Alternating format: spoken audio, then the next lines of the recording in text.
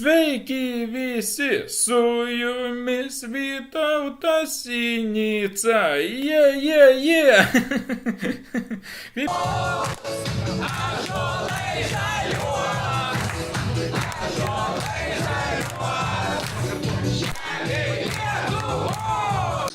Akivaizdu, kad be mūsų komandos Lietuvos valstijos ir Žaliųjų sąjunga nebūtų surinkusi ir 5%. O šitą tu padarai klaidą, Pidrė.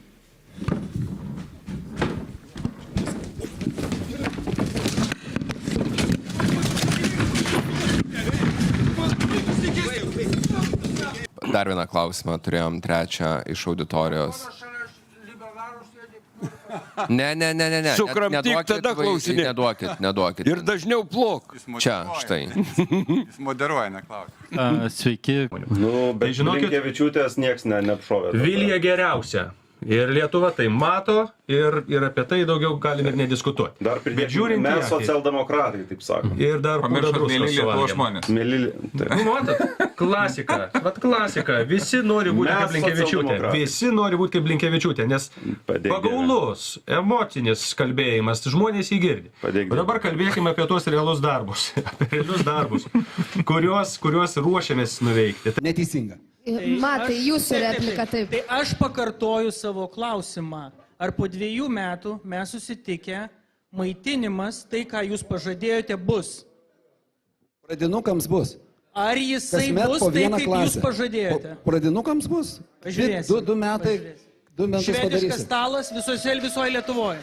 Gerai. Švediškas stalas visoje Lietuvoje. Tai, ką jūs pažadėjote. Matai, bet ko jūs užsiėmat? Švediškas stalas visoje Lietuvoje. Aš kažką... Nebedarykime turgus. Matai, jūs tą patį kartojat. Aš einu su iniciatyvom ir darau siūlymus, ir darau sprendimus. Kaip ministras esu be galo daug padaręs. Tuo tarpu jūs nieko nepadaręs ir draskot akis. Nei vieno įstatymo jūsų šitam Seime nebuvo. Nemačiau jūsų stovinčio prie pulpito.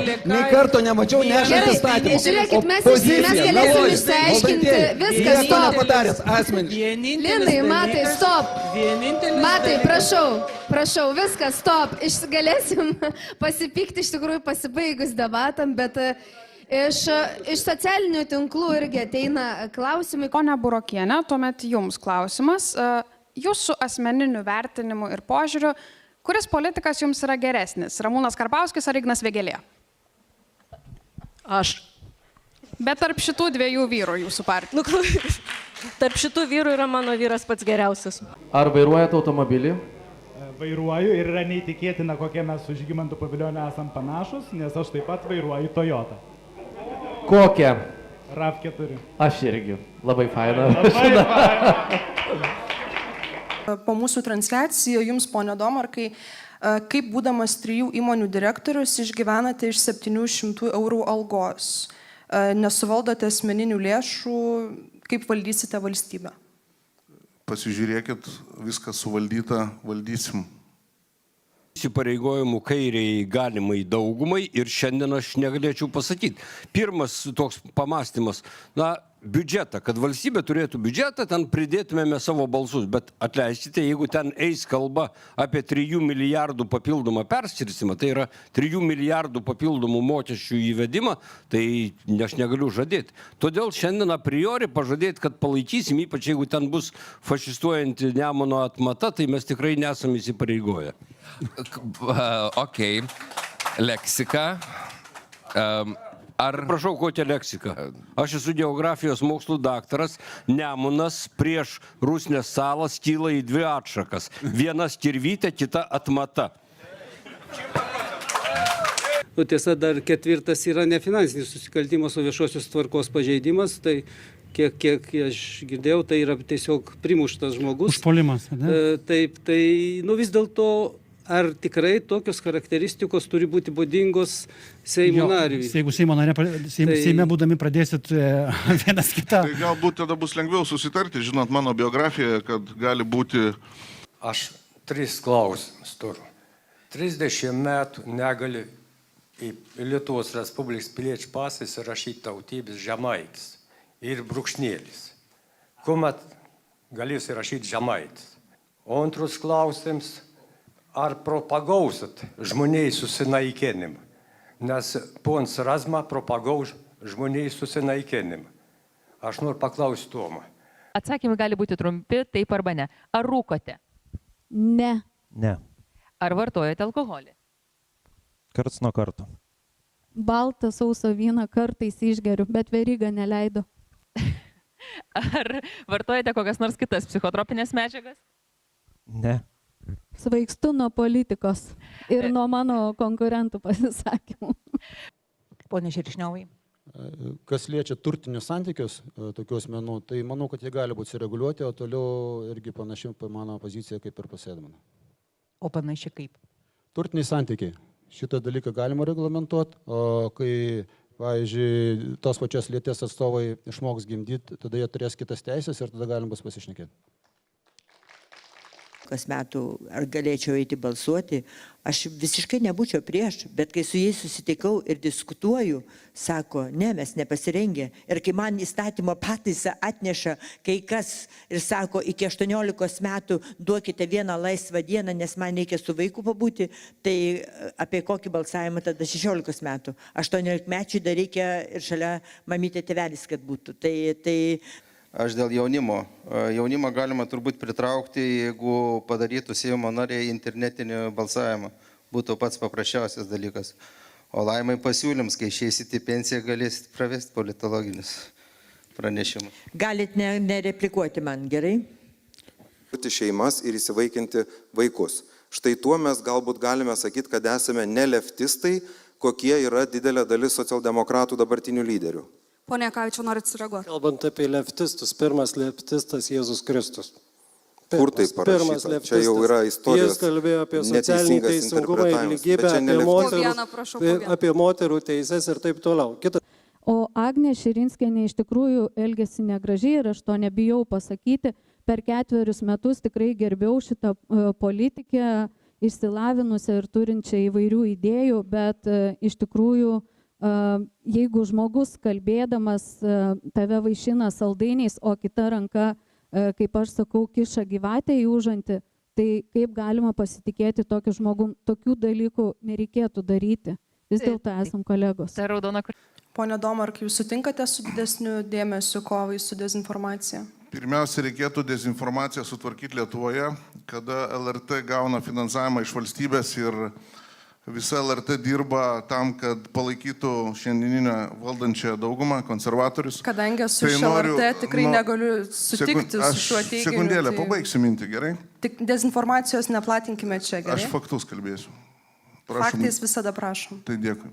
Šiandieną teko susitikti su vienu kandidatu, kuris dalyvavo šiuose pačiuose rinkimuose šitame mieste. Tai po to, kai įvyko pirmas turas, kandidatas gavo skambutį iš LRT žurnalisto ir buvo primiktinai prašoma jo pasakyti, kurį kandidatą jisai palaikys. Pirmas dalykas, ar gali LRT dirbti ir palaikyti konservatorių politiką. Tai rodo, kad šiandien LRT yra dezinformacija. Žiūrėkit, nežinau apie kokią situaciją. Čia aš, jeigu galėčiau, ne tik, kadangi vedančioji čia jau lyg ir priversta aiškintis, nes nors ji nėra LRT generalinė direktorė, kuri gal kažką ten sprendžia.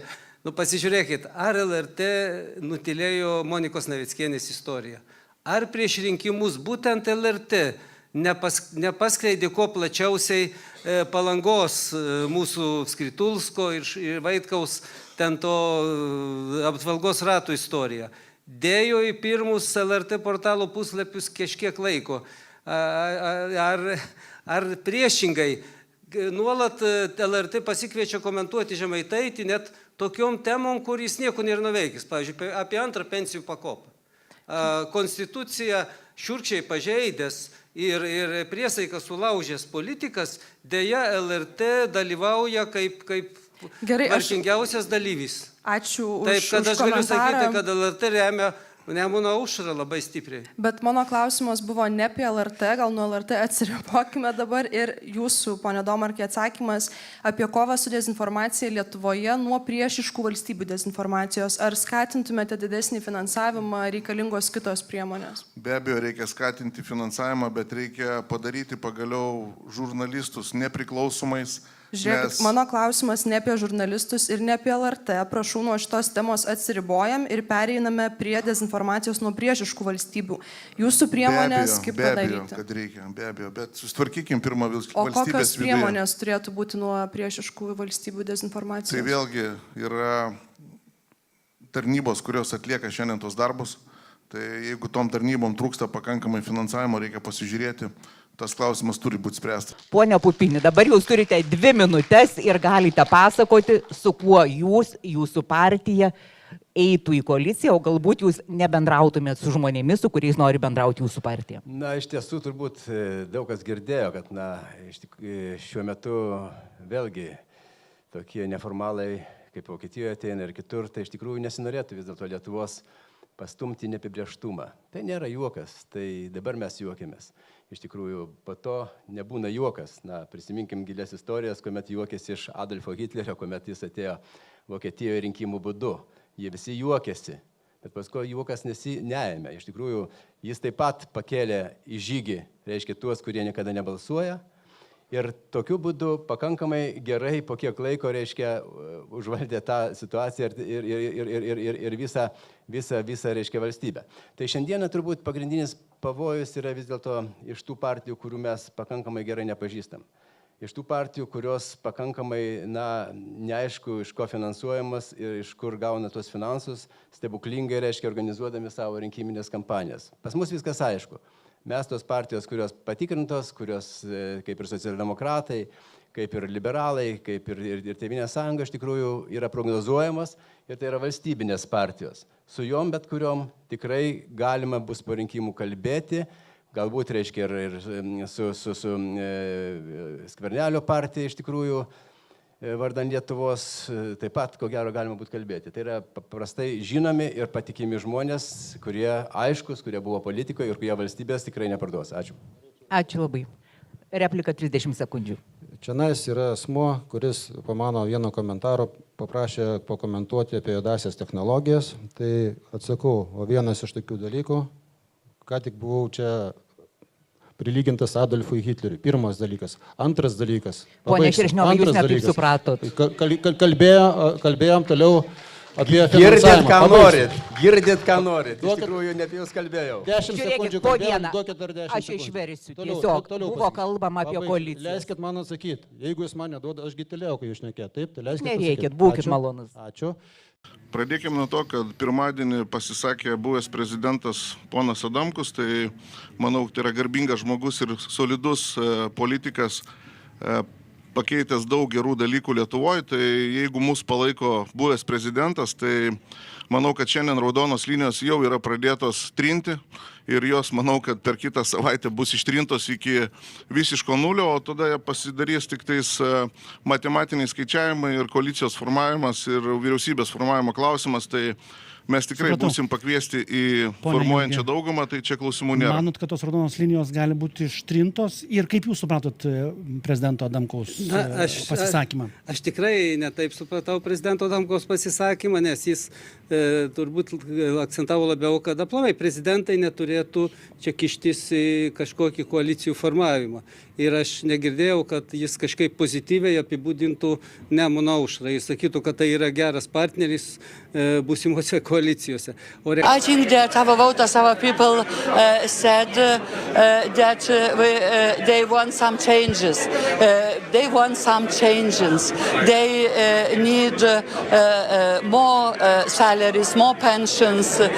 No. There is no changes. I think that in foreign policy we will support, of course, Ukraine. It is the most important thing in the foreign policy.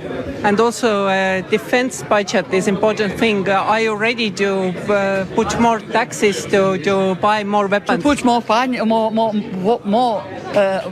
money for defense and... Jokių būdų nežeminu, nes Ignotas 2 galvom už mane didesnis yra.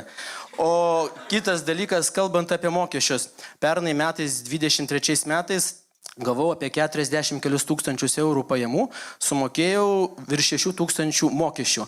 Ignoto deklaracijoje nurodoma, kad jis gavo netoli 500 000 pajamų, mokesčių sumokėjo apie 1300. Kodėl tokia disproporcija? Čia jau jūs turite reaguoti tikrai. Tokie įstatymai. Įmonė sumokėjo daug daugiau pinigų, kuriai vadovauju, tai viskas gerai.